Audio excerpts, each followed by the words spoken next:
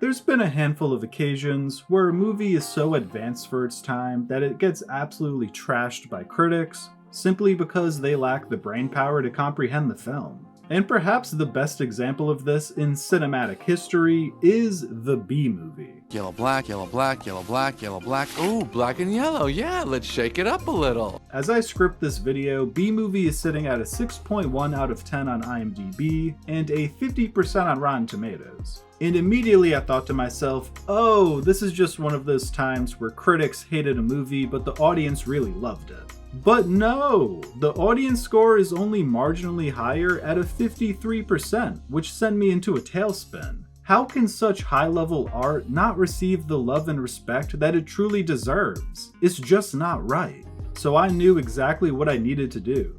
It was time to boot up the PC and make another misunderstood masterpiece video. So you'll just work us to death? We'll sure try. The biggest reason that I think B-movie was misunderstood or hated on upon its initial release is because it simply keeps it real. I mean, this film is stock full of commentary on everyday aspects of life that we have been tricked into overlooking because we've become so accustomed to them. And the first systemic issue that this movie tackles is the absolutely misleading bill of goods that were sold while completing higher education. Welcome, new Hive City graduating class of 915. Yeah, and that concludes our graduation ceremony. I remember graduating college and thinking, look out world, here I come. Only to then be hit with the crushing reality that is the actual job market. And our main character here, Barry B. Benson, is essentially told he needs to pick a job and do it until he dies. Whenever a bee dies, that's an opening. See that? He's dead, dead, another dead one, deady, deadified, two more dead, dead from the neck up, dead from the neck down. But that's life. And he isn't really feeling this. He, like many of us, wants the freedom to try a few jobs and find one that really suits him. But bee society just wants to keep a brother down. They want him to pollinate and make some honey until he dies, just for the next bee up to take his place. And look, I get it, sometimes looking in the mirror can be hard and we don't always want to be confronted with uncomfortable truths. But the B-movie ain't looking to protect your feelings, it's looking to be real. You can just start packing up, honey, because I believe you're about to eat it! We also get some really great commentary on human greed and exploitation, and believe it or not, bees were a perfect vehicle to comment on this with.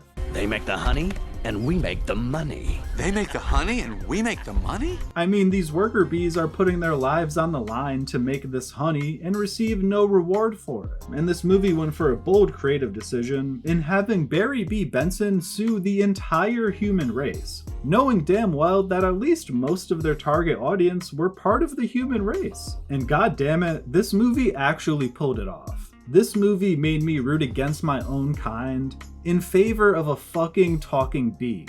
And I kind of hate bees. They buzz around you for no reason, can sting you, and they also put their hives in the most inconvenient locations possible. But this movie still manages to make me root for them, which is simply a nod to its magnificent script. Another important life lesson that the B-movie taught me is that it doesn't matter if you're tall, good looking, funny, an actual human being. No, all that matters to women at the end of the day is if you have Riz. You like jazz? There's simply two types of individuals out there, those who have Riz and those who do not. And Barry B. Benson is simply oozing charisma. I mean, really think about it, Barry might have pulled off the most impressive romantic pull of all time. He is a literal different species than Vanessa, is a mere fraction of her size, and she's in a committed relationship with an absolute chad of an individual, but yet Barry manages to win her over all the same. I'm helping him sue the human race. What? And if this doesn't give you hope for romance, I don't know what will. If Barry could overcome all of these hurdles, yet still find love, what's stopping you? That girl was hot. She's my cousin. She is? Yes, we're all cousins. Right, you're right. B-movie also has a secret weapon that completely puts it over the top and makes it one of the funniest movies of all time. And this secret weapon's name is Ken. If you haven't watched this movie in ages and just clicked on this video for shits and giggles, that's totally fine. But please do me a favor and rewatch this film thinking of it from Ken's perspective. This dude has a great sense of humor, is athletic, is handsome, at least for a cartoon character, and oh yeah, is an actual human. Yet he still loses his girl to a literal bee. A motherfucking bug. Like, are we being serious right now? And he happens to be the nicest bee I've met in a long time. Long time? What are you talking about? Are there other bugs in your life? Like, I get it, Ken did try to kill Barry at first, but does that make him a villain? He saw that his homie was about to eat a bee by accident and freaked out. That is a totally normal reaction to have.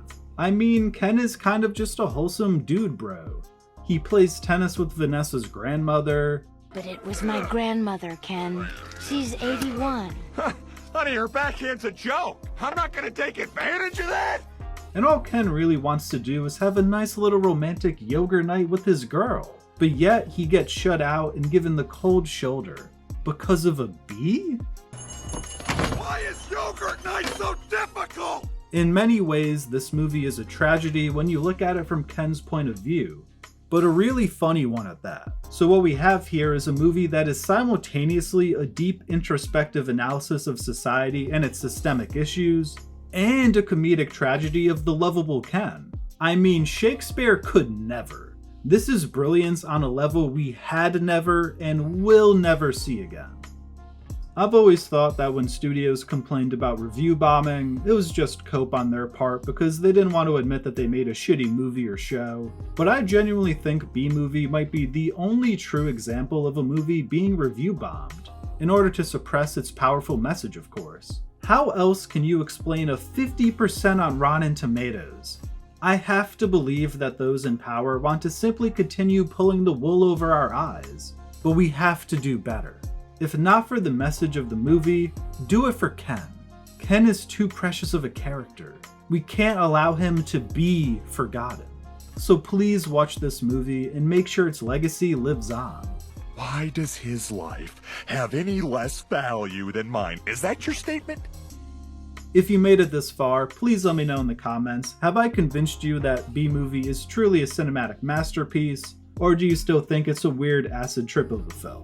Also, what are some other movies that you think are misunderstood masterpieces that you'd like to see me cover? If you enjoyed the video, please feel free to drop a like or subscribe for more Scream Stories content. Until next time, peace.